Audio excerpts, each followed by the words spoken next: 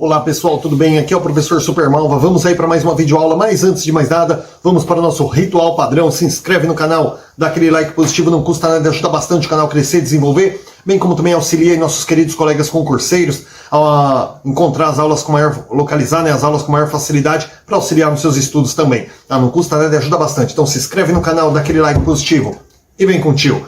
E agora nós vamos aqui começar...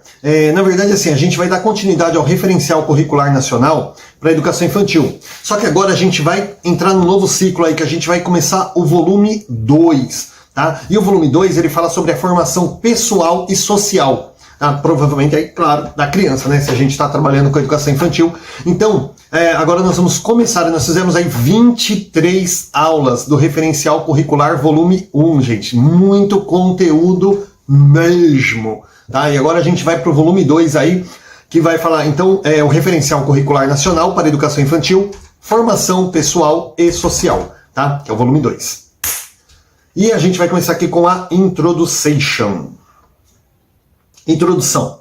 Saber o que é estável e o que é circunstancial em sua pessoa, conhecer suas características e potencialidades e reconhecer seus limites é central para o desenvolvimento da identidade e para a conquista da autonomia. Então, assim, se conhecer, pessoal, se conhecer, saber quem você é, saber do que você é capaz, quais são seus limites, quais são suas aptidões, aquilo que você gosta, aquilo que te deixa bravo, aquilo que te deixa feliz, aquilo que te deixa triste, né? Então, se conhecer é um dos passos mais primordiais aí para a construção da sua própria identidade, para a conquista da sua autonomia, né? O famoso se virar sozinho. E a construção da identidade também é quem sou eu no mundo, né? Muitas vezes, eu, por exemplo, gente, eu não tenho vergonha de falar, não. Eu me descobri muito tarde, porque eu fui criado por avós, pessoas que não tinham instrução. Então eu costumo dizer assim que eu fui criado, né? Eu não fui educado. Então eu cresci meio assim, aleatório ao mundo, sabe? Aquela coisa meio nas nuvens, assim. E, gente, depois de adulto que eu fui descobrir, assim, as coisas que eu realmente gostava, o que eu gostaria de fazer na minha vida profissional, na minha vida social. Então, eu fui me descobrir, assim, eu ia falar me descobrir como ser humano, né? Eu fui descobrir a minha identidade, fui começar a construir minha identidade depois de adulto. Isso é uma coisa que você já tem que começar a construir desde criança. Então, eu era uma criança meio abilolada do mundo, assim, sabe? Então, a construção da identidade, ela parte dos princípios culturais, sociais, religiosos, sabe, tudo que é o convívio da criança ali, mesmo até, gente, porque na minha época de criança não tinha essa centralidade que tem hoje, tá? O estudo era mesmo aquela transmissão de conhecimentos. Mas também o meu convívio dentro de casa não auxiliou muito, tá? Para que eu desenvolvesse. Então eu comecei realmente a construir a minha própria identidade ali já depois de adulto. E a gente tem que trabalhar isso com a criança desde cedo, tá? Então, a gente vai trabalhar na escola, sistematizar ali conteúdos, né, informações, de modo que a criança possa conhecer suas características próprias, aquilo que ela gosta de fazer, aquilo que ela tem mais aptidão, tipo... Por isso que a gente tem que trabalhar nas aulas aí com pintura, com teatro, com música, com histórias, com desenhos e diversas formas, para que a criança possa se descobrir o que ela gosta de fazer, o que ela não gosta, e assim ela vai construindo a própria identidade dela, tá? A capacidade das crianças... Deixa eu dar uma encostada aqui que eu tô quase comendo a mesa aqui, gente. A capacidade das crianças de terem confiança em si próprias e o fato de se sentirem aceitas, ouvidas, cuidadas e amadas oferecem segurança para a formação pessoal e social. Ou seja, gente, o ambiente escolar ele tem que ser, dentro de casa principalmente, mas na escola tem que ser um ambiente acolhedor, um ambiente onde a criança ela se sinta ali cuidada pelo professor, onde ela se sinta amada. E quando a gente fala de amado, não é pegar no colinho, fazer carinho, não, gente, mas é mostrar afetividade realmente, mostrar que aquela criança é importante para você. Tem muitos professores aí, gente, tem muitos mesmo, que tem aquela coisa assim, eu não sou tio de ninguém, eu não sou avó de ninguém, eu não sou parente de ninguém, eu sou professor e estou aqui para ensinar. Gente, esse tipo de discurso aí tem que morrer, gente, pelo amor de Deus, não é o professor que tem que morrer, não, é o discurso dele que tem que morrer, tá? Se você não tem afetividade, Henri Vallon já falava isso aí há um século atrás, né? Que se a criança ela não tem afetividade ali pelo professor, ela não vai aprender nada, ela precisa se sentir segura, ela precisa se sentir amada, se sentir querida por aquele professor, como se ele fosse um pai, um tio, um parente dela realmente, para que ela realmente possa desenvolver. Então, se ela sentir confiança, se ela se sentir aceita, se ela sentir que ela é ouvida. Por exemplo, as rodas de conversa, por exemplo, elas são muito importantes para esse tipo de situação, porque muitas vezes em casa, gente, isso é outra coisa que eu vou falar, é muito mesmo, um percentual altíssimo, acho que de 70% a 80% das crianças não são ouvidas pela família. A criança sai da escola, a mãe vai lá, a criança tem 6 anos de idade, vai lá e mete a chupeta na boca da criança, leva um salgadinho, leva um pirulito, leva até areia, se precisar, para enfiar na garganta da criança ali, para a criança não falar. E assim, todo mundo, pessoal, quer contar. Você chega do trabalho, presta bem atenção, você chega do trabalho, da sua faculdade, de algum lugar, então você chega querendo contar como foi o seu dia. E aí as pessoas muitas vezes não estão interessadas, né? Não quer saber como é que foi o seu dia, mas elas ouvem, porque é importante para você relatar. Imagina uma criança, ela quer contar cada detalhe, gente. Né? Eu sempre brinco que, quando minha filha era um pouquinho mais jovem, mais nova assim, né? Jovem ela é, né? Ela tem 12 anos, mas quando ela era um pouquinho mais nova, gente, essa menina chegava da escola e ela contava, mas da hora que bateu o sinal às 7 da manhã até a hora que bateu o sinal 12h40, mas cada vírgula. E aí eu às vezes ia na geladeira, abria uma cerveja lá e ficava sentado ouvindo ela contar, porque o negócio demorava, gente. Era uma síntese assim que, olha, parecia que eu tinha ido para a escola junto com ela no final da história. E a criança quer contar, ela quer passar as experiências dela, ela quer mostrar olha, que teve um momento que ela ficou irritada, mas teve outro momento que ela ficou alegre, teve outro momento que ela deu risada. Ela quer contar cada detalhe. E é importante para ela ser ouvida. Mas as famílias, por exemplo, não escutam, não tem paciência. Principalmente muitos pais que mandam aí irmãos buscar os irmãos mais jovens. Puta merda, pega aquele celular, leva a criança para casa mexendo no celular, não quer ouvir nada. Aí a criança, o pai e a mãe chegam cansados do serviço, a criança quer contar o dia dela. Aí o mais velho começa a reclamar que o pequeno pegou bolacha e subiu no sofá e aquela coisa, e o pai e a mãe já vai ficando irritado e aí acaba não ouvindo ninguém. Então muitas vezes na escola, gente, o único lugar que a criança é ouvida, tá? Muitas vezes na escola, a escola é o único lugar onde a criança ela é ouvida, então as rodas de conversa são muito importantes. Tem aquelas crianças aí, gente, que vocês finjam que eu não falei isso no vídeo, tá? E são até crianças chatas, que não saem da nossa mesa, né? Toda hora quer vir contar alguma coisa assim, tem hora que você perde a paciência, porque você tem coisas para fazer ali. Mas, gente, a criança ela quer se expressar, e muitas vezes essas crianças, eu não falei isso, hein? Fingem que eu não falei. Muitas vezes aquelas crianças chatas, assim, que não saem da mesa da gente, é uma criança carente. Gente, olha, 90%, quase 100% das crianças chatas, assim, que fica na mesa do professor o tempo inteiro, é uma criança carente, que ela não é ouvida dentro de casa. Então, quando ela percebe que o professor a ouve, claro, é uma criança, ela não tem aquele discernimento ainda, né, do tipo, deixa eu dar uma folga pro professor. E ela fica grudada no professor, porque ela se sente ouvida, ela se sente importante ali pro professor, tá? E quando elas se sentem aceitas, ouvidas, cuidadas, amadas, né? Isso aí, gente, ela sente aquela segurança para sua formação pessoal e social. É onde, gente, hoje, por exemplo, adolescente, que é a pior fase da vida no ser humano, você vê que tem muitos professores, gente, olha, também quase 100% aí dos professores, que tem aquela formação política, que tem aquela opinião política, e eles enchem a cabeça dos estudantes de abobrinha, gente, tá? De porcaria. E aí os estudantes, eles abraçam aquela ideia e e eles começam a defender coisas das quais eles nem compreendem. Aí os pais falam assim, nossa, mas aqui em casa não ouve nada, o professor fala, ele faz. Porque o professor ouve. E o adolescente é a mesma coisa da criança, ele é uma criança em transformação na fase adulta. Né? Ele está num período de transição, que ele não é nem criança e nem adulto. Então o adolescente ele ainda é mais carente de atenção do que a própria criança. E chega na escola, o professor ouve tudo aquelas conversas, aquelas bobagens, né? E muitas vezes vai relevando. Então o jovem ele se sente ouvido, ele se sente importante, ele se sente enxergado pelo professor, coisa que ele não se vê em casa, né? Muitas vezes tudo que ele vai falar, o pai e a mãe vai lá e dá uma porrada nele. Não é pra fazer isso, não, isso aí não é legal, não, aquilo lá. Então, ele começa a achar o pai e a mãe chato, ele não quer mais ter diálogo, ele vai se afastando, gente. Isso é um cuidado muito grande que os pais precisam ter nessa faixa de idade. E na escola tem ali professores, tem os professores chatos, né, que eles não gostam, que são mais metódicos, aquela coisa mais assim, você aí, eu aqui. E tem aqueles professores, principalmente os mais jovens, né, que falam praticamente a língua dos adolescentes.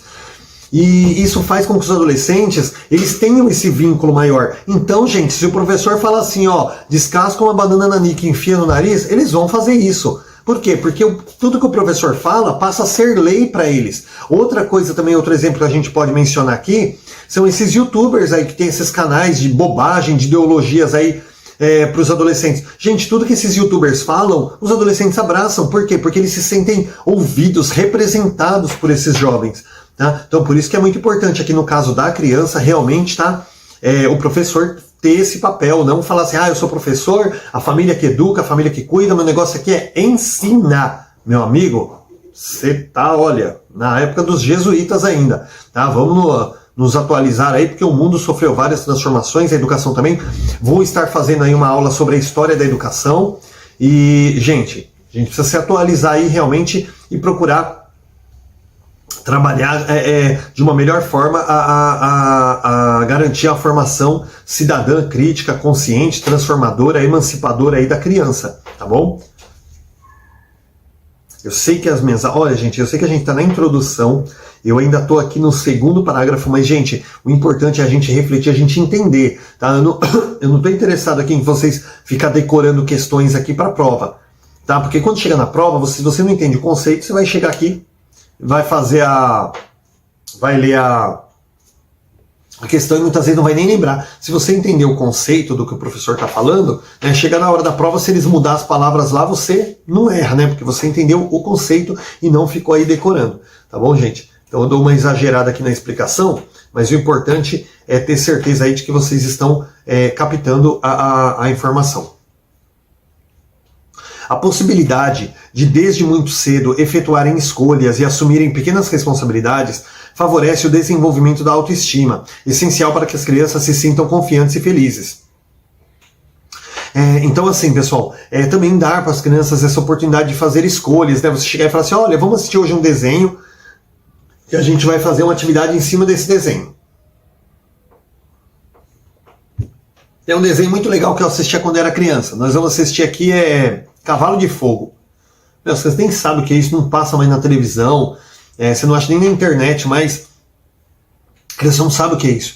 Então você vai chegar, ao invés de você impor, colocar ali o desenho que você quer, que você assistia na sua época, que você achava que era legal, e querer que as crianças assistam aquilo, fala assim, pessoal, vamos assistir um desenho que a gente vai fazer uma atividade?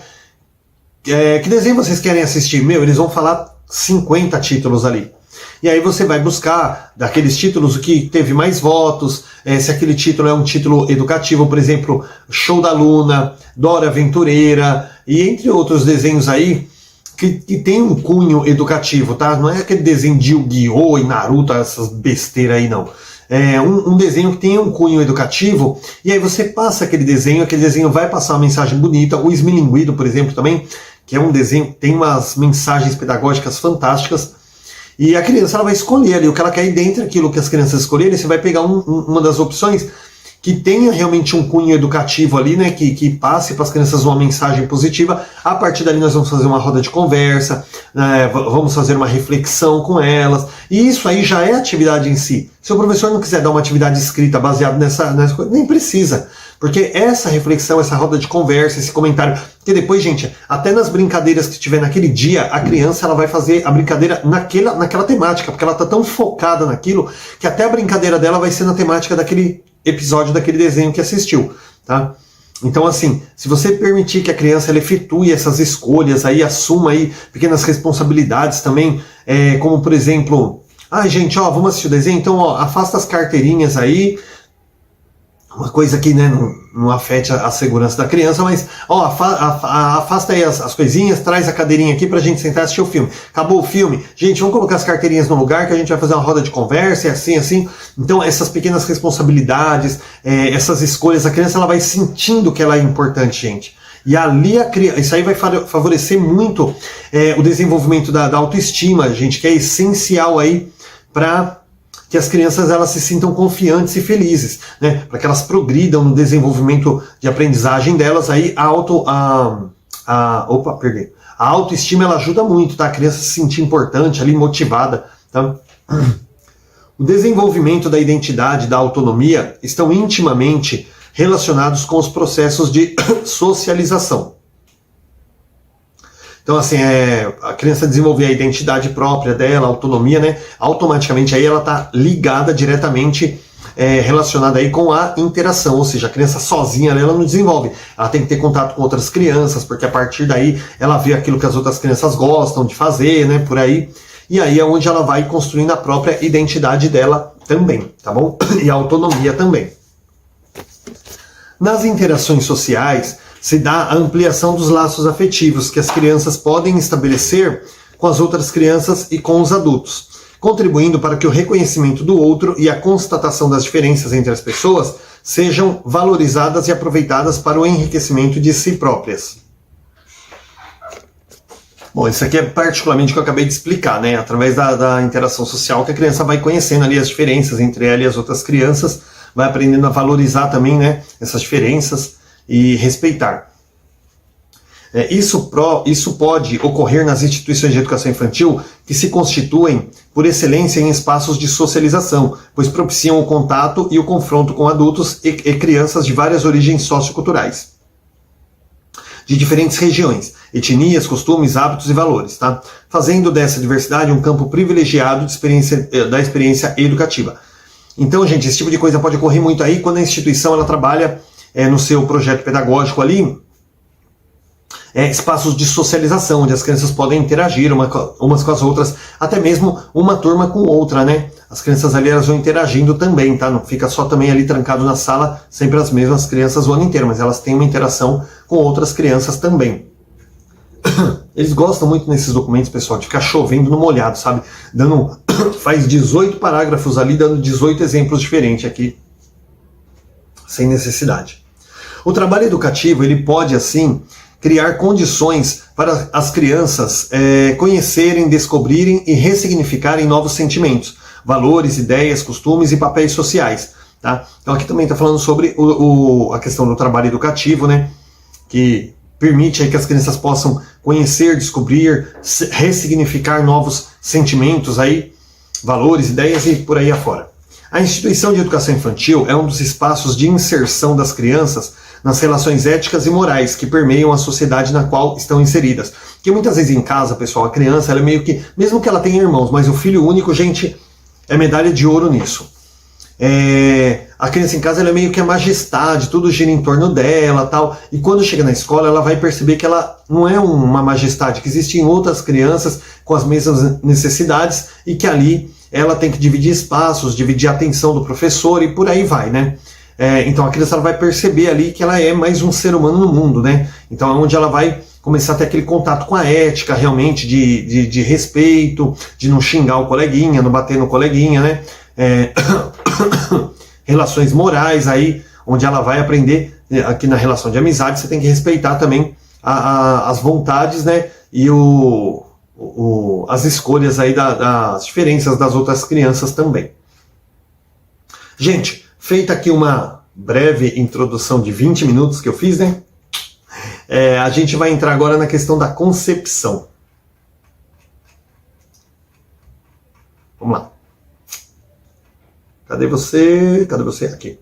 A construção da identidade e da autonomia diz respeito ao conhecimento, desenvolvimento e uso dos recursos pessoais para fazer frente a diferentes situações da vida.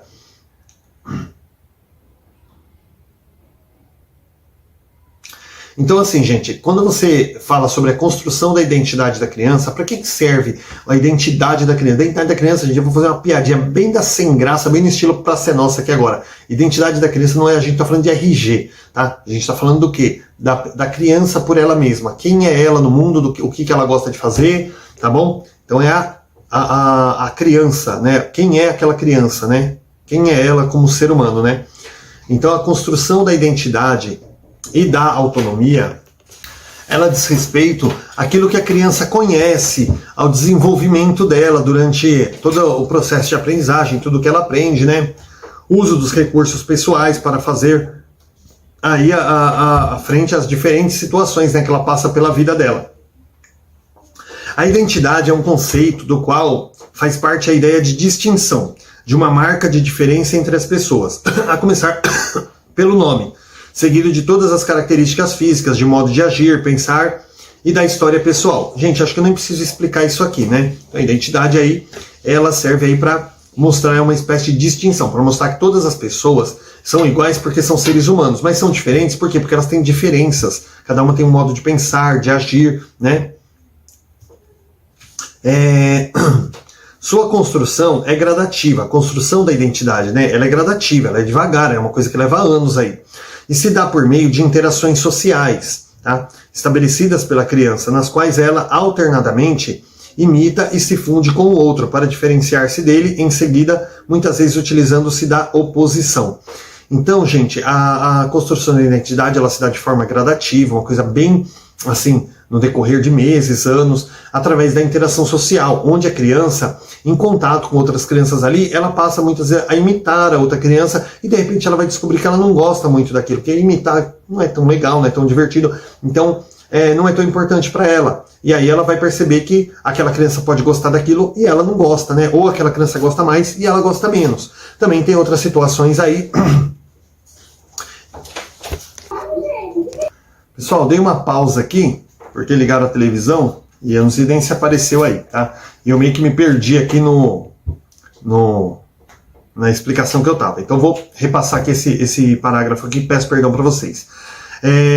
A construção da identidade, ela se dá de forma gradativa, onde a criança, ela vai tendo, a partir da interação, ela vai tendo contato com outras crianças, né? E ali ela vai, muitas vezes, imitando os gestos da outra criança e vai percebendo que, de repente, a outra criança gosta um pouquinho mais de uma coisa e ela gosta menos, ou ela não gosta daquilo que a criança gosta, e ela vai começando aí a construir seus próprios valores, seus próprios gostos, né? Suas próprias preferências. E muitas vezes ela vai até, pelo fato de ser criança, ela quer ser diferente da outra criança. Então, muitas vezes ela até concorda com a criança, mas ela vai discordar ali, vai entrar como oposição ali, justamente para mostrar que ela é diferente, tá? E mais uma vez peço desculpa aí por essa, né, por ter me perdido um pouquinho aí.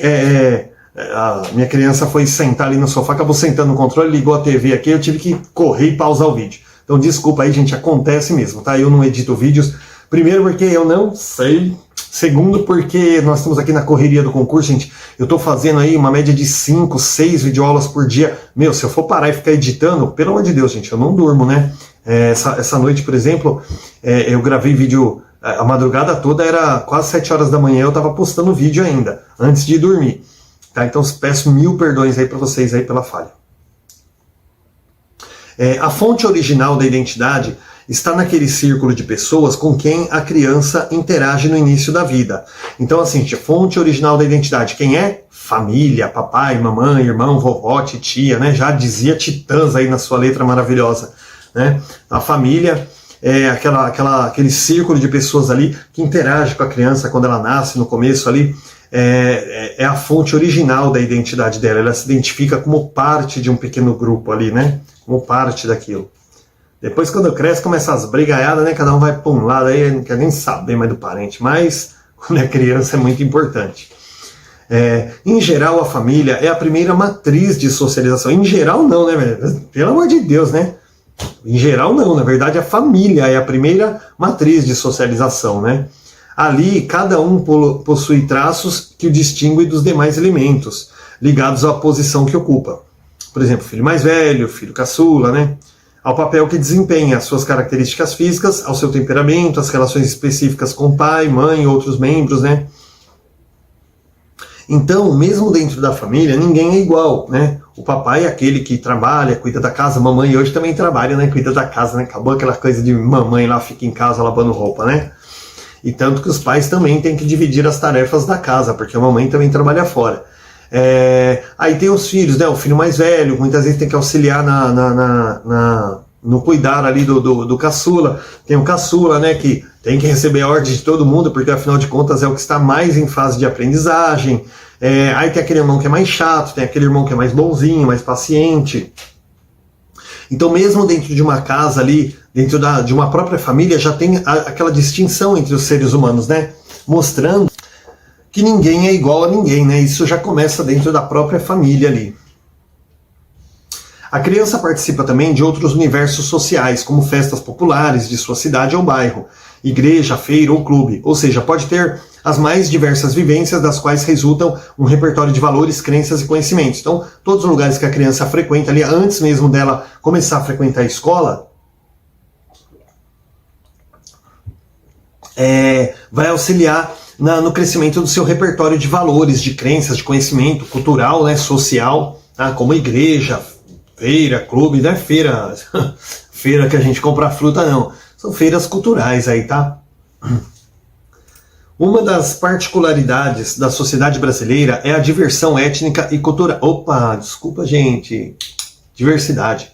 Uma das particularidades da sociedade brasileira é a diversidade étnica e cultural. Essa diversidade apresenta-se com características próprias, segundo a região e a localidade. Faz-se presente nas crianças que frequentam as instituições de educação infantil e também em seus professores, tá? Então essa diversidade étnica e cultural, pessoal, por exemplo, lá nos Estados Unidos, por exemplo, tem muita essa questão de racismo, diferenciação aí racial, então ainda tem muitos bairros que só tem negros. E tem bairros ali que só tem brancos.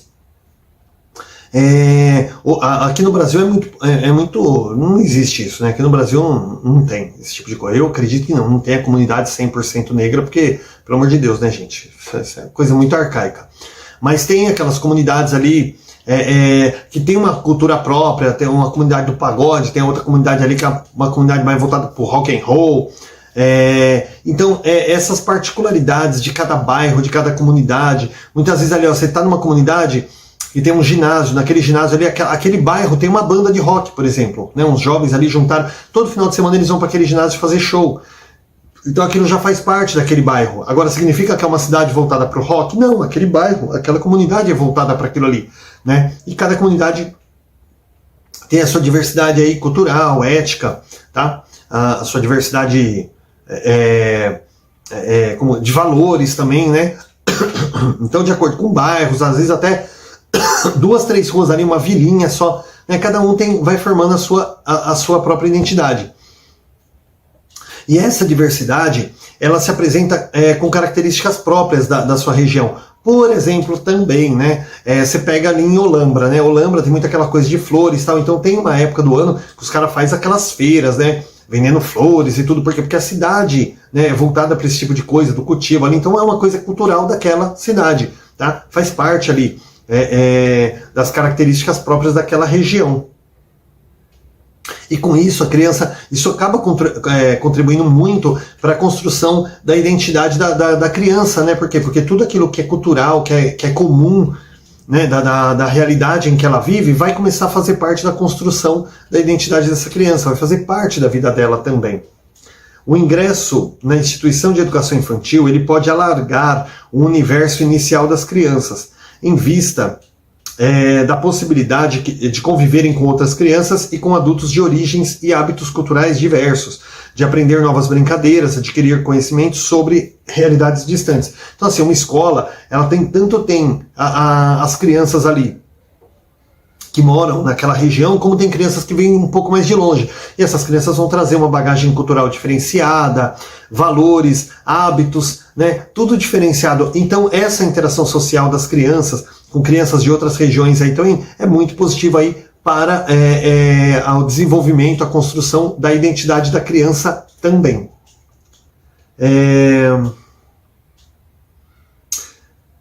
Pessoal, eu vou só concluir esse parágrafo aqui, porque esse tema aqui ainda vai se estender um pouco e a aula já está dando aí o tempo, tá? Então vou só concluir esse parágrafo aqui para a gente poder dar continuidade na próxima aula.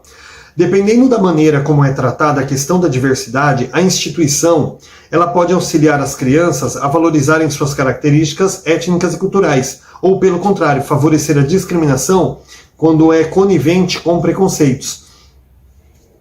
Então, por exemplo, aqui, ó, essa questão da diversidade. Puxa, devia ter deixado esse tema aqui para a próxima aula, mas vou tentar dar uma resumida aqui, pessoal. Essa questão aqui da diversidade. Aqui em Guarulhos, pessoal, eu realmente vou deixar isso aqui para a próxima aula, ó, cenas do próximo capítulo, hein? porque realmente vai dar uma explicação um pouquinho longa e o tempo não vai dar, tá? Porque o celular ele acaba cortando o vídeo aí com 31, 32 minutos. Eu vou deixar isso aqui então para continuação da aula, porque é uma explicação um pouquinho longa aí para vocês entenderem mais ou menos o que trata, tá? Então fiquem tranquilos que eu vou continuar exatamente desse parágrafo aqui, na segunda aula aí do referencial curricular, tá bom? Então não esquece de se inscrever no canal, dar aquela curtida, bons estudos e até a próxima aula.